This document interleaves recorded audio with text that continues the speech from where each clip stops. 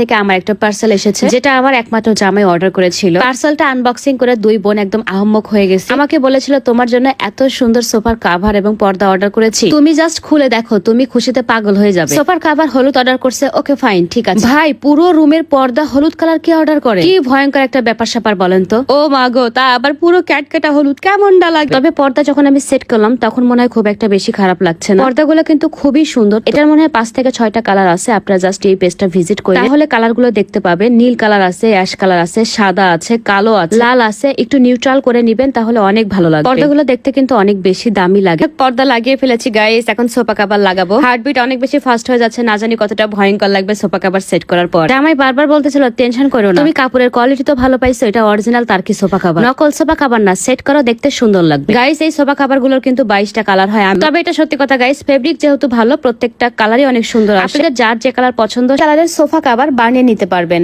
আমার মতো বাসায় বসে আপনারা cash on delivery sofa cover, পর্দা সবকিছুই কিনতে পারবেন। আপনারা যারা অরিজিনাল তার্কি সোফা কভার বা পর্দা নিতে চান, নিয়ে নিবেন। তাদের পেজ নেম আমরা ভিডিও ক্যাপশনে মেনশন করা আছে। সবাই ভালো থাকেন, টাটা এন্ড টেক কেয়ার।